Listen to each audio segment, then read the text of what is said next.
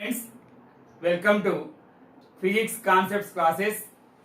Now I am going to explain friction. What is friction? The force which opposes the relative motion of the body which acts tangential to the surface. అంటే ఒక బాడీని suppose ఒక బాల్ని ఇలా release చేసాం, అది ఎంతసేపు వెళ్తుంది, అలా కొంత డిస్టెన్స్ వెళ్ళి ఆగిపోతుంది. ఆగిపోయిందంటే మీనింగ్ ఏంటి? ఆ బాడీని ముందుకు వెళ్లకుండా ఆపోజిట్గా వేరే ఫోర్స్ ఏది యాక్ట్ అయింది. అలా ఆపోజిట్గా యాక్ట్ అయ్యే ఆ ఫోర్స్నే ఫ్రిక్షనల్ ఫోర్స్ అంటాం. So the force which opposes the relative motion of the body which acts tangential to the surface is called friction. Understand? The force which opposes the relative motion of the body which acts tangential to the surface is called friction. Next one, if you can observe any surface under a powerful microscope, we can observe zigzags. These are called zigzags or irregularities. Zigzag or irregularities. We can observe zigzags or irregularities. Suppose a ball is released. It travels some distance and here it stops. What is the meaning of stop?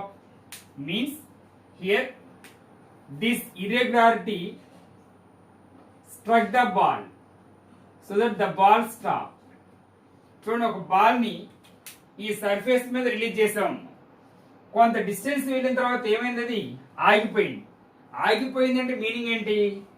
ఈ ball మీద ఉండే irregularities and ఈ surface మీద ఉన్నటువంటి irregularities రెండు ఒకదానికోటి struck అవడం వలన ఇదిగో ఈ బాల్ ఇక్కడ ఆగిపోయింది. సపోజ్ ఈ సర్ఫేస్ బాగా స్మూత్ గా ఉంది అనుకోండి, ఏమవుతుంది, ఆ బాల్ ఇంకా అలా కంటిన్యూస్ గా వెళ్తూనే ఉంటుంది. అర్థమైందా? అలా కాకుండా ఈ బాల్ ఆగిపోయింది అంటే దీనికి ఆపోజిట్ గా వేరే ఫోర్స్ యాక్ట్ అయిందని అర్థం. ఆ బాల్ ని ముందుకు వెళ్లకుండా వేరే ఫోర్స్ యాక్ట్ అయింది. అలా యాక్ట్ అయ్యే ఆ ఫోర్స్ ని ఫ్రిక్షనల్ ఫోర్స్ స్మాల్ ఎఫ్ తో ఇండికేట్ చేస్తారు. అర్థమైందా? మరి ఈ ఫ్రిక్షన్ వల్ల మనకు వచ్చే అడ్వాంటేజెస్ ఏంటి? What are the advantages of friction? Advantages ఏమని advantages? Any object can hold. ఏదైనా ఒక ఆబ్జెక్ట్ ని మనం పట్టుకోగలుగుతున్నాము అంటే ఫ్రిక్షన్ ఫోర్స్ ఉండాలి. సపోజ్ ఈ మార్కర్ బాగా స్మూత్ గా ఉంది అనుకోండి, నా చెయ్యి కూడా బాగా స్మూత్ గా ఉంది. ఇప్పుడు నేను దీన్ని ఇలా పట్టుకోగలనా? పట్టుకోగానే జారిపోతుంది. అలా జారకుండా ఉంది అంటే మన హ్యాండ్కి ఈ ఆబ్జెక్ట్కి మధ్య ఫ్రిక్షనల్ ఫోర్స్ ఉండాలి. So any objects can be hold. ఏదైనా ఒక ఆబ్జెక్ట్ని మనం పట్టుకోవాలి అంటే ఏముండాలి? ఫ్రిక్షనల్ ఫోర్స్ ఉండాలి. ఎవరెవరికి మధ్య? మన చేతికి ఈ ఆబ్జెక్ట్కి మధ్య ఫ్రిక్షనల్ ఫోర్స్ ఉన్నప్పుడు మాత్రమే మనం దీన్ని హ్యాండిల్ చేయగలం. Next, safe walking on road. Safe walking on road. మన రోడ్డు మీద నడవాలి అంటే ఫ్రిక్షనల్ ఫోర్స్ ఉండాలి. ఎవరెవరికి మధ్య ఉండాలి? గ్రౌండ్కి మన ఫీట్కి మధ్య ఫ్రిక్షనల్ ఫోర్స్ ఉన్నప్పుడు మాత్రమే మన రోడ్డు మీద నడవగలం. అలా కాకుండా గ్రౌండ్ బాగా స్మూత్గా ఉంది, ఫ్లోర్ స్మూత్గా ఉంది, మన ఫీట్ కూడా బాగా స్మూత్గా ఉన్నాయి, నడవగలమా? కాలు పెట్టగానే జారిపోతుంది. మీరు అబ్జర్వ్ చేయండి, చిన్నపిల్లల ఫీట్ చాలా స్మూత్గా ఉంటాయి, స్మూత్గా నెలల పిల్లలై. మనం వాళ్ళు నిలబెట్టినప్పుడు ఏమవుతారు? జారి కింద పడుతూ ఉంటారు. అబ్జర్వ్ చేశారా? ఎందుకని? వాడి పాదాలు చాలా స్మూత్గా ఉంటాయి కాబట్టి వాడు నిలబడలేడు. సో గ్రౌండ్కి, మన రోడ్డు మీద నడవాలి అంటే గ్రౌండ్కి మన ఫీట్కి మధ్య ఏముండాలి? ఫ్రిక్షనల్ ఫోర్స్ ఉండాలి. నెక్స్ట్,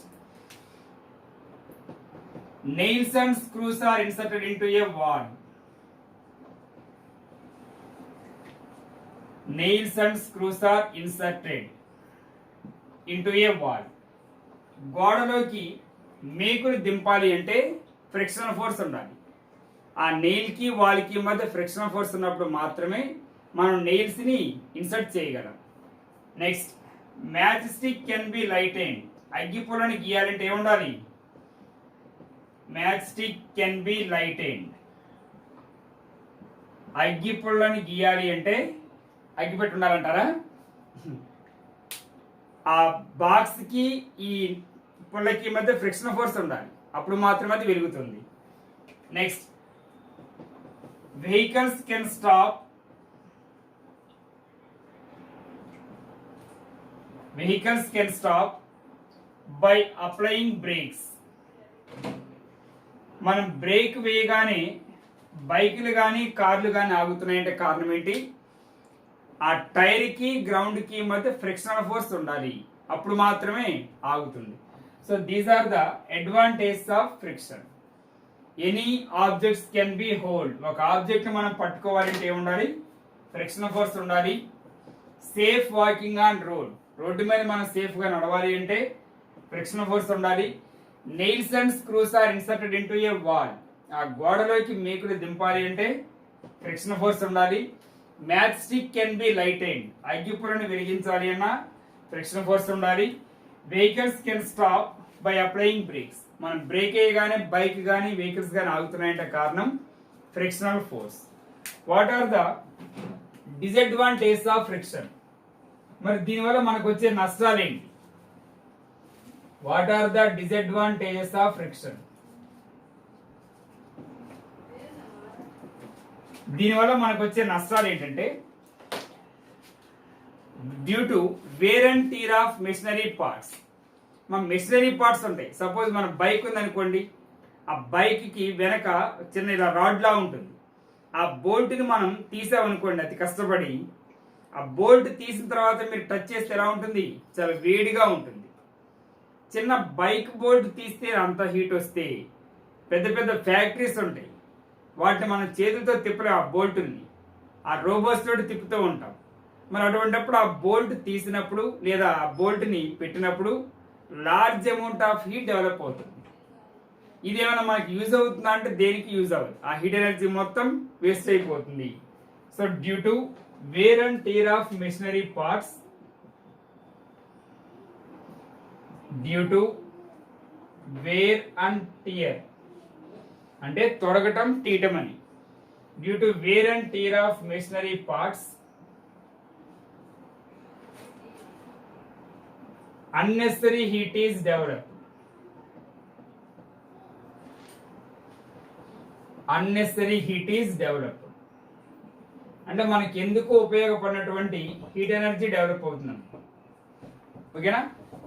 ఇలా జరగటం వలన ఏమవుతుంది? ఇలా జరగటం వలన efficiency of engine decreases. Efficiency of engine decreases. ఆ ఇంజిన్ యొక్క ఎఫిషియన్సీ తగ్గిపోతుంది. అలాగే ఆ బోల్ట్ని మనం పెడుతూ తీయటం వలన ఇక్కడ ఉండే థ్రెడ్స్ అరిగిపోతాయి. ఇవి అరగటం వల్ల ఏమవుతుందంటే మోర్ పవర్ లాస్, ఎక్కువ పవర్ వేస్ట్ అవుతుంది. More power loss. These are the disadvantages of friction. Understand? How many types of friction? There are 3 types. Friction లో మొత్తం ఎన్ని టైప్స్ ఉన్నాయంటే 3 టైప్స్ ఉన్నాయి. ఏమేంటి అవి? First one static friction. Static friction దీన్ని FS తో ఇండికేట్ చేస్తాం. స్టాటిక్ అంటేనే రెస్ట్. ఏంటి రెస్ట్ అంటే? ఏదైనా ఒక బాడీ రెస్ట్ లో ఉన్నప్పుడు ఆ బాడీ మీద ఉండే ఫ్రిక్షన్ నే స్టాటిక్ ఫ్రిక్షన్ అంటాం. అర్థమైందా? స్టాటిక్ ఫ్రిక్షన్ అంటే ఏదైనా ఒక బాడీ రెస్ట్ లో ఉన్నప్పుడు ఆ బాడీ మీద ఉండే ఫ్రిక్షన్ నే స్టాటిక్ ఫ్రిక్షన్ అంటాం. దీనిలో ఇంకొకటి ఉన్నాం, లిమిటింగ్ ఫ్రిక్షన్. లిమిటింగ్ ఫ్రిక్షన్ అంటే దీన్ని ఎఫ్ఎల్ తో ఇండికేట్ చేస్తాం. ఏంటి ఎఫ్ఎల్ అంటే? the maximum value of static friction. The maximum value అంటే అర్థం ఏంటంటే సపోజ్ ఒక బాడీ రెస్ట్లో ఉంది, అది 100 kg అనుకోండి, దాన్ని మనం నెట్టాలి. మనకు తెలియకుండా మనం ఏం చేస్తున్నాం, 10 న్యూటన్ 20 న్యూటన్ ఫోర్స్ అప్లై చేస్తూ ఉన్నాం. ఓకేనా, మనం ఎప్పుడు 100 న్యూటన్స్ అప్లై చేసినప్పుడు మాత్రమే ఆ బాడీ మూవ్ అవుతుంది అనుకోండి. మనం ఎక్కడ స్టార్ట్ అయ్యాం, 10 న్యూటన్ 20 30 40 అండ్ సో ఆన్. ఇలా 100 న్యూటన్ ఫోర్స్ అప్లై చేసినప్పుడు ఏమవుతుంది, ఆ బాడీ కదలటానికి రెడీగా ఉంటుంది. దాన్నే టెన్స్ టు మూవ్ అంటాం. అంటే ఎక్కడైతే కదలటానికి రెడీగా ఉందో దాన్ని లిమిటింగ్ ఫ్రిక్షన్ అంటాం. So the maximum value of static friction is called limiting friction. అంటే అర్థమైందా? అంటే 100 న్యూటన్స్ అప్లై చేసినప్పుడు కదలటానికి రెడీగా ఉంటుంది. 100.1 న్యూటన్ అప్లై చేసాం, ఏమవుతుంది, ఆ బాడీ కదులుతుంది. అంటే ఎక్కడైతే కదలటానికి రెడీగా ఉందో దాన్నే లిమిటింగ్ ఫ్రిక్షన్ అంటాం. So the maximum value of static friction is called limiting friction. Second one, kinetic or dynamic friction. Kinetic or dynamic friction. మరి దీన్ని FK తో ఇండికేట్ చేస్తాం. అంటే ఏదైనా ఒక బాడీ హారిజాంటల్గా మూవ్ అవుతూ ఉన్న ప్రతి బాడీకి ఏ ఫ్రిక్షన్ ఉంటుందంటే కైనెటిక్ ఫ్రిక్షన్ ఉంటుంది. బాడీ రెస్ట్గా ఉంటేనేమో స్టాటిక్ ఫ్రిక్షన్ FS. అదే బాడీ టెన్స్ టు మూవ్, కదలటానికి రెడీగా ఉంటే FL అంటాం, లిమిటింగ్ ఫ్రిక్షన్. సో ఒక బాడీ మూవ్ అవుతూ ఉంటే ఆ మోషన్లో ఉన్న బాడీ మీద ఉండే ఫ్రిక్షన్ని కైనెటిక్ ఫ్రిక్షన్ అంటాం. Last one, rolling friction. Rolling friction దీన్ని FR తో ఇండికేట్ చేస్తాం. ఏంటి రోలింగ్ ఫ్రిక్షన్ అంటే, ఒక సర్ఫేస్ మీద ఒక బాడీ రోల్ అవుతూ ఉంటే, దొర్లుతూ ఉంటే ఆ బాడీ మీద ఉండే ఫ్రిక్షన్ రోలింగ్ ఫ్రిక్షన్ అంటాం. These are the 3 types of friction: static friction, kinetic friction, rolling friction. అర్థమైందా? దీనిలో అన్నింటికంటే ఏది స్ట్రాంగ్ గా ఉంటుందంటే static friction is greater than FS is greater than FK is greater than FR. So అన్నింటికంటే body rest లో ఉన్నప్పుడు దాని మీద ఉండే ఫ్రిక్షన్ చాలా స్ట్రాంగ్ గా ఉంటుంది. ఆ తర్వాత కైనెటిక్, ఆ తర్వాత రోలింగ్ ఫ్రిక్షన్. అర్థమైందా? Right down.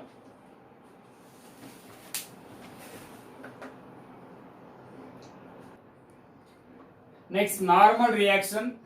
చూడండి ఏంటో నార్మల్ రియాక్షన్ అంటే, it is consider A horizontal surface, a body of mass m is placed on a horizontal surface. m అనే మాస్ ఉన్న బాడీని ఈ హారిజాంటల్ సర్ఫేస్ మీద ప్లేస్ చేశాం. Its weight mg acts vertically downwards. మరి ఈ ఫోర్స్ ని, ఈ గ్రావిటేషనల్ ఫోర్స్ ని ఎవరు బ్యాలెన్స్ చేస్తూ ఉంటారంటే ఆపోజిట్ గా నార్మల్ రియాక్షన్ బ్యాలెన్స్ చేస్తూ ఉంటుంది. ఏంటి నార్మల్ రియాక్షన్ ఎవరిస్తారు? చూడండి, ఇదిగో ఇంతవరకు ఈ బాడీ ఏం చేసింది, ఎర్త్ మీద కొంత ఫోర్స్ని ఎగ్జర్ట్ చేసింది, అవునా? ఈ M అనే మాస్ ఉన్న బాడీ ఎర్త్ మీద కొంత ఫోర్స్ని అప్లై చేసింది. మరి ఎర్త్ కూడా ఏం చేస్తుంది, ఆ బాడీ మీద పర్పెండిక్యులర్ గా కొంత రియాక్షన్ ఫోర్స్ని అప్లై చేస్తుంది. ఆ రియాక్షన్ ఫోర్స్ని నార్మల్ రియాక్షన్ అంటాం. ఓకేనా? అంటే ఈ సర్ఫేస్ బాడీ మీద ఇచ్చే రియాక్షన్ ఫోర్స్ ని normal reaction. So the frictional force directly proportional to normal reaction. Frictional force ఇప్పుడు ఎలా ఉంటుంది, నార్మల్ రియాక్షన్ కి డైరెక్ట్లీ ప్రపోర్షనల్ గా ఉంటుంది. ఈ ప్రపోర్షనాలిటీని రిమూవ్ చేస్తే కాన్స్టెంట్, ఈ కాన్స్టెంట్ నే మ్యూ అంటాం. Where mu is called coefficient of friction. ఈ మ్యూని కోఎఫిషియంట్ ఆఫ్ ఫ్రిక్షన్ అని పిలుస్తాం. మ్యూ ఎలా వస్తుందో చూడండి, ఈ ఇంటూ యూనిట్ తీసుకొస్తే బై ఏనా, so it can be return as F/N. Mu is equals to F/N. So the ratio of, దీన్ని ఎలా డిఫైన్ చేస్తాం, the ratio of frictional force to the normal reaction is called coefficient of friction. Again I'm repeating, it is defined as the ratio of frictional force to the normal reaction. It can be classified into 3 types. First one, coefficient of static friction. It is defined as the ratio of static frictional force to the normal reaction. Mu అంటే F by N అని చెప్పాను. Frictional force కి normal reaction కి మధ్య ఉన్న రేషియోని mu అంటాం. Mu S అంటే స్టాటిక్ ఫ్రిక్షన్ కి నార్మల్ రియాక్షన్ కి మధ్య ఉన్న రేషియోని మ్యూ ఎస్ అంటాం. సో దీన్ని తీసుకున్నాము. That implies F S is equals to mu S into N. ఈ ఫార్ములాస్ అన్ని మనకు అవసరం. నెక్స్ట్ తర్వాత ఇది first one. Second one mu K M means coefficient of kinetic or dynamic friction. It is defined as the ratio of kinetic frictional force to the normal reaction. It is defined as the ratio of kinetic frictional force to the normal reaction. So Fk can be written as my n it తీసుకురండి mu k into n. Last one, coefficient of rolling friction. It is defined as the ratio of rolling frictional force to the normal reaction. So it can be written as Fr is equals to mu r into n. These are the three types of coefficient of friction. Here mu s is greater than mu k, which is greater than mu r. So అన్నింటికంటే coefficient of static friction చాలా strong గా ఉంటుంది then ఎవరికంటే coefficient of kinetic and rolling friction. అర్థమైందా? Just write down.